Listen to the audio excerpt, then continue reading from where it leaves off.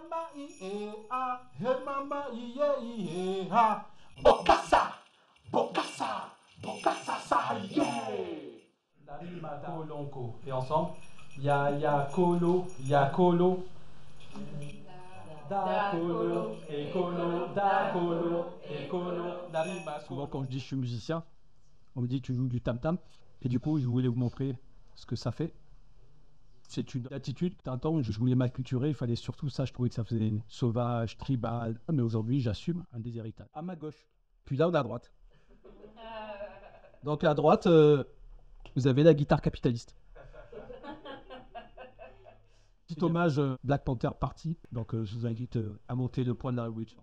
En 1991, j'ai 18 ans. Je m'en vais monter l'escabeau social. Donc 1991, le mur de Berlin était tombé il n'y a pas très longtemps. Vous voyez un peu l'ambiance. La gauche est au pouvoir. Et moi, je me trouve à chercher ma voie. Et je vais m'éduquer dans les cafés-concerts ou dans les bars. Puis les endroits où on peut danser le pogo. Vous voyez le pogo? Ouais. Ah, je suis Tom Chicago.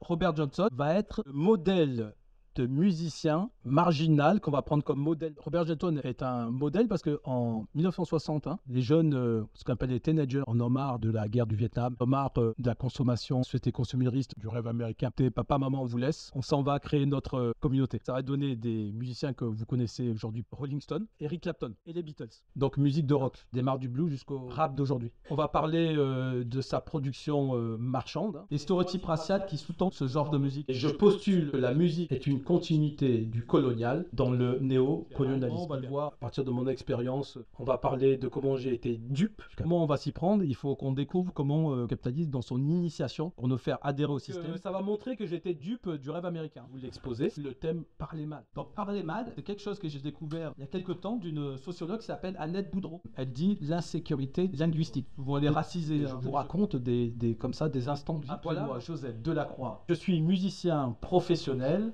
30 années de musicien professionnel. J'ai fait tous les jobs et peut-être très peu de musique. Et même une fois, tenez-vous bien, je suis allé vendre du fromage de chèvre pour employer à m'éduquer, m'élever par la méritocratie. On mérite, apparemment, si je veux, je peux. Je passe un diplôme musicien intervenant. Et puis je me retrouve avec toutes ces capacités-là. Voilà. En musique, il existe une hiérarchie des valeurs capitalistes. Ici, vous avez une larron. Ici, vous avez deux blanches. Exactement. Et ici, vous avez... Voilà. Mais attention, la ronde là, une ronde vaut deux blanches. D'accord? Mais deux blanches vaut quatre noirs. En fait, j'emploie des termes qui, pour moi, me paraissent communs. J'emploie ces termes-là, je ne parle pas des Africains, bien sûr. Le mot nègre, qui est apparu aussi pendant la traite négrière, il est devenu capitalisable. Voilà, c'est devenu une marchandise.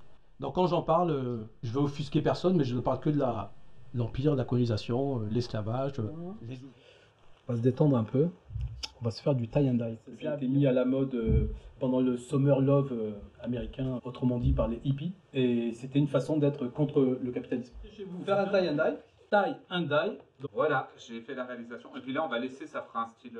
Alors là, si tu laisses comme ça sera totalement noir. En fait, on resserre ça et on met des élastiques. On met un élastique. Voilà, sur l'ensemble. Il y a des endroits qui sont blancs. Ah ouais, il faut pas qu'il n'y ait vraiment pas d'endroit. Ouais, oui, parce que l'élastique, en fait, a compressé les endroits qui restent clairs. Voilà, Aurel, ton premier tie and dye.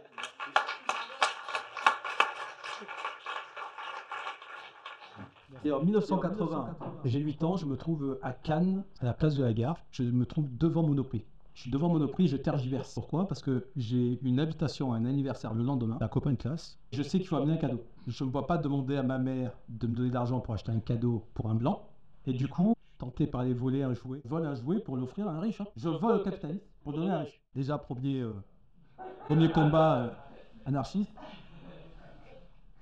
J'ai voulu faire Robin des Bois, mais c'était à l'envers. C'était pas vraiment ça. Ah oui, ouais. Là. Eh bien, c'est une des confrontations culturelles que j'ai vécues. La confrontation culturelle, quand tu viens d'un pays étranger, France Fanon en parle. Ça va s'imposer par la démarcation. Hein, vous avez des stops, des feux rouges, des endroits, des maisons, des quais, tout est fermé. Ça, il en parle, Fanon, il en parle très bien. Et je vais vous demander vos prénoms. Donc, comment ça se passe dans mon environnement? Ben, en fait, vous êtes tous des Noirs, tous frères et sœurs, vous êtes tous à même endroit. Hein. Vous ressemblez tous en plus. Donc, je vous donne les liens. Il y en a tellement, j'ai dû faire Black, bien sûr, c'était pour adoucir le nègre, parce que ça passe pas. Mais en ce moment, on me prend mal. Quand j'étais enfant, il y avait une série qui passait, c'était Tarzan. Et dedans, il y avait un singe qui s'appelait Conchita. Donc j'ai le droit à Conchita à l'école.